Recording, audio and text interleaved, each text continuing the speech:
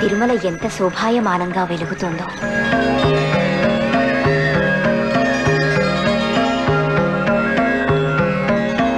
ఇక్కడ సెలయేళ్లు గలగలమని పారు హరిహరి అని పాడుతాయి.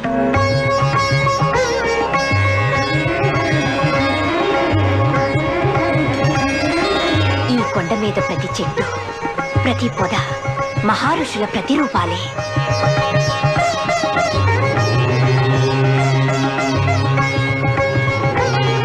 సకల క్షేత్రాలు, అఖిల పుణ్య నదులు అన్నీ ఈ కొండలోనే అలరారుతున్నాయి.